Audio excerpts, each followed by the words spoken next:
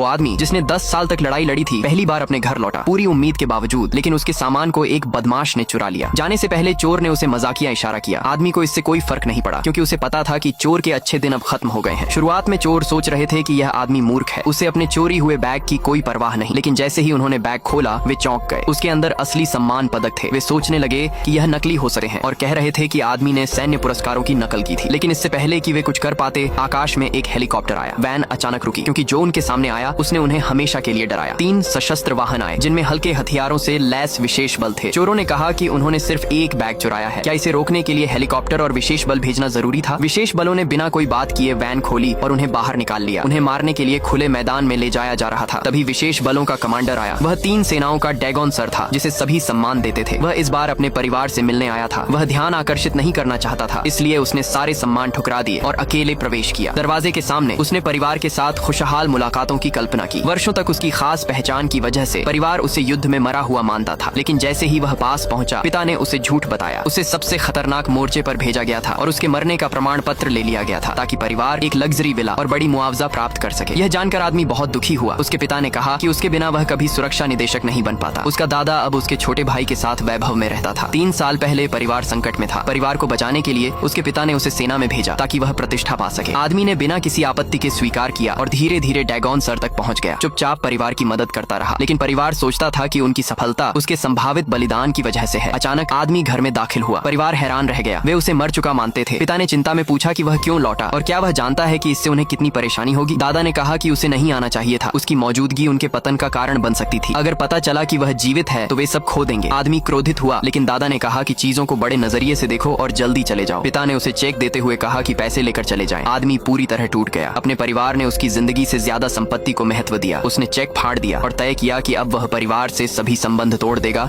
और अपनी सभी चीजें वापस पाएगा। आदमी ने दरवाजा खोला और परिवार ने उसे अभागा कहकर शाप दिया। फिर वह नागरिक विभाग गया, ताकि अपनी मृत्यु प्रमाण पत्र को रद्द करा सके। कर्मचारी हैरान थे कि कोई जीवित व्यक्ति कैसे मृत घोषित हो सकता है। जैसे ही कर्मचारी मामले की तैयारी कर रहे थे, उसका भाई रोकने के लिए आया और कहा कि यह वह है जिसने मृत्यु प्रमाण पत्र जारी कराया। अब वह निदेशक था, इसलिए कर्मचारी उसके खिलाफ कुछ नहीं कर सकते थे। फिर पूरा परिवार आया। उसके चारों ओर अंगरक्षक थे, उसे प्रमाण पत्र रद्द करने से रोकने के लिए। लेकिन आदमी कभी पीछे नहीं हटे। उसने अपने भाई को जमीन पर गिरा दिया। पिता ने विरोध किया, लेकिन आदमी ने सभी सीमाएं तोड़ दी और अपनी मृत्यु प्रमाण पत्र रद्द कराने का फैसला किया। किसी ने उसे रोक नहीं पाया। उसने दरवाजा खोला और चला गया। लेकिन उसके जाने के तुरंत बाद मास्टर व्यक्तिगत रूप से प्रमाण पत्र रद्द करने आया। परिवार ने कहा कि वह अगले दिन छोटे भाई की शादी में मौजूद होगा।